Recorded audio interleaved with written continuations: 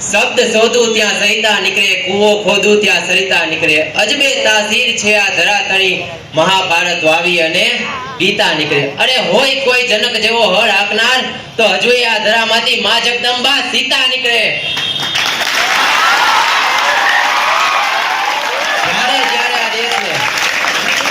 જ્યારે આ દેશને સારા રાજનેતાની જરૂર પડી છે, ત્યારે મોરારજી દેસાઈ જેવા. જ્યારે આ દેશને સારા સંતની જરૂર પડી છે, ત્યારે જલારામ જેવા. જ્યારે આ દેશને સારા ઉદ્યોગપતિની જરૂર પડી છે, ત્યારે ધીરુભાઈ અંબાણી જેવા. તેમજ જ્યારે આ દેશને સારા નવરત્નની જરૂર પડી છે, ત્યારે સરદાર વલ્લભભાઈ પટેલ જેવા નવરત્ન આ ગુજરાતની ધરાએ આપ્યા છે. મિત્રો,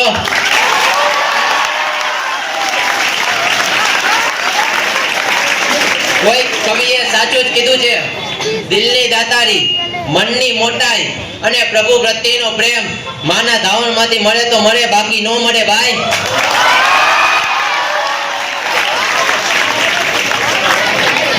આવા લાડબાઈના લાલ 31 ઓક્ટોબર 1875 ના રોજ એક મહાન પુરુષનો જન્મ થયો હતો.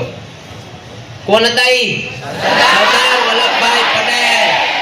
સરદાર એટલે સરદાર, તેનો એક શબ્દ ખબરદાર, તે છે કેટલો ફળદાર, તેનું જીવન વટદાર, પુસ્તકો લખી દરદાર, પણ ના સમાયા સરદાર. સરદાર એટલે સરદાર. આવા સરદાર વલ્લભભાઈ પટેલ 5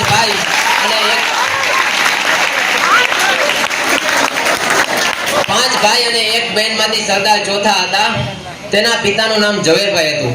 કહેવાય છે કે તેની યુવાનીમાં ઝવેરભાઈ ઝાંસીની રાણી લક્ષ્મીબાઈના લશ્કરમાં જોડાયા હતા અને ગાંધીજી સામે લડ્યા હતા. એક વખતની વાત કહું તો સરદાર વલ્લભભાઈ પટેલ જ્યારે વિદ્યાર્થી અવસ્થામાં હતા, ત્યારે એના શિક્ષક વાતોના કપાટા મારતા મારતા ક્લાસની બહાર ઊભા હતા. તો અમુક વિદ્યાર્થીઓએ વાતો કરવાનું, ગણગણવાનું ચાલુ કર્યું, જેમ તમે કરો. એ સાંભળીને ઓલા શિક્ષક ક્લાસમાં આવ્યા ને જે વિદ્યાર્થી ગાતો હતો અને ગણગણતો હતો, વાતો કરતો હતો, એ વિદ્યાર્થીને બહુ માર્યો. ત્યારે સરદાર વલ્લભભાઈ પટેલ બોલી ઉઠ્યા કે સાહેબ, તેમાં તેનો કશું વાંક નથી, પરંતુ આપ ક્લાસમાં મોડા આવ્યા, તેથી તેને અવાજ કરવાનો સમય મળ્યો. આ સાંભળી સાહેબ બહુ ગુસ્સે થયા અને સરદાર વલ્લભભાઈ પટેલને ક્લાસની બહાર જવા કહ્યું. તેટલું જ નહીં, સરદાર વલ્લભભાઈ પટેલ તો ક્લાસની બહાર ગયા, પરંતુ તેની સાથે સાથે આખો વર્ગ પણ ક્લાસની બહાર જતો રહ્યો. આ સાંભળી આખો વર્ગ પણ ક્લાસની બહાર જતો રહ્યો. આ વાતની જાણ તેના હેડમાસ્ટરને થઈ. ત્યારે સરદાર વલ્લભભાઈ પટેલની નેતાગીરીની ખબર પડી. સરદાર વલ્લભભાઈ પટેલ તો શબ્દો પણ એવા તાકાતવર હતા. તે કહેતા કે શરીરે ભલે દુબળા પાતળા હોય, પણ કાજુ શેનું રાખવાનું? સિંહ વાઘનું. શેનું? સિંહ વાઘનું. ઘરની વાત ઘરમાં રાખો, અન્યાય સામે લડતા રહો, સત્ય કહેવાની હિંમત રાખો. આવું બધું સરદાર વલ્લભભાઈ પટેલના શબ્દો હતા, જેમાં બહાદુરતા દર્શાય છે. ઈસવીસન 1923માં બારડોલી સત્યાગ્રહ થયો હતો. ત્યારે ગાંધીજી જેલમાં હતા. આ જ સત્યાગ્રહ મોટા પાયે ઈસવીસન 1928માં થયો હતો અને સફળ થયો હતો.